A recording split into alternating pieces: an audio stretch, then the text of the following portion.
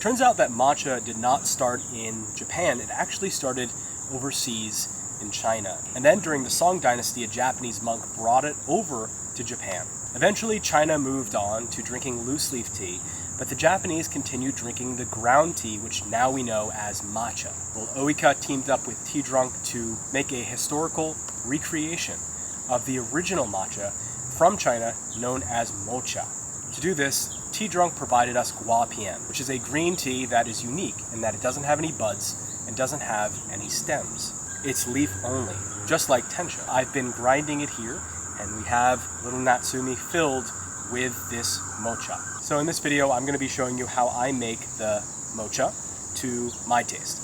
So we'll start, first off, by measuring our tea.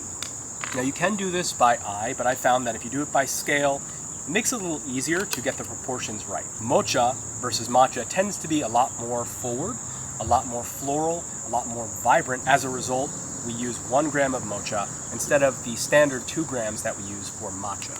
So we have our scale, and I'm going to measure exactly 1 gram of our mocha.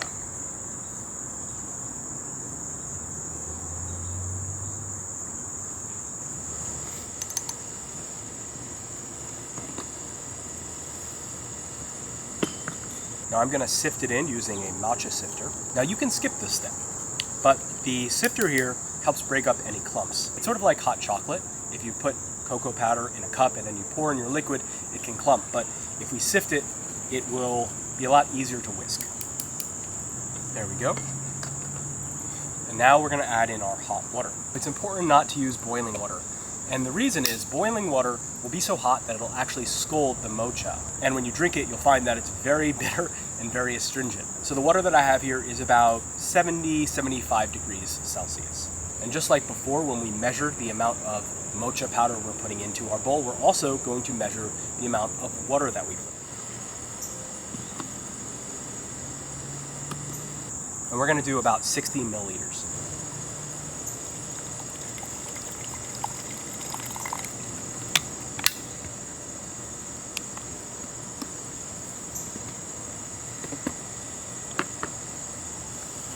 Okay, so then we take our matcha whisk, and we're going to agitate the bottom, just to make sure there's no clumps, and then we're going to whisk with a back and forth motion.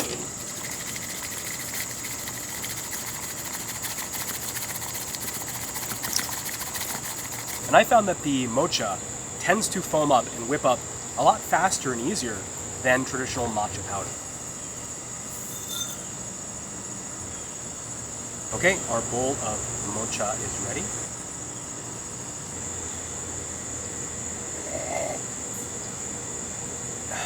So what are some of the differences between mocha and matcha? Well, in the case of mocha, which is from China, yes, it's from China instead of the tea being from Japan, but another one of the big differences here is the guapian, the tea leaves that I grind to make this mocha, are not shaded.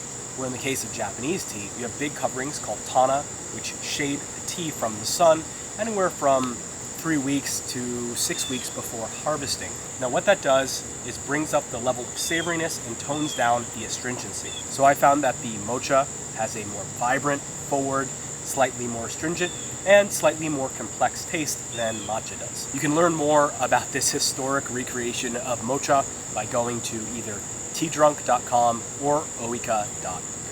Thank you for watching. I'll see you soon.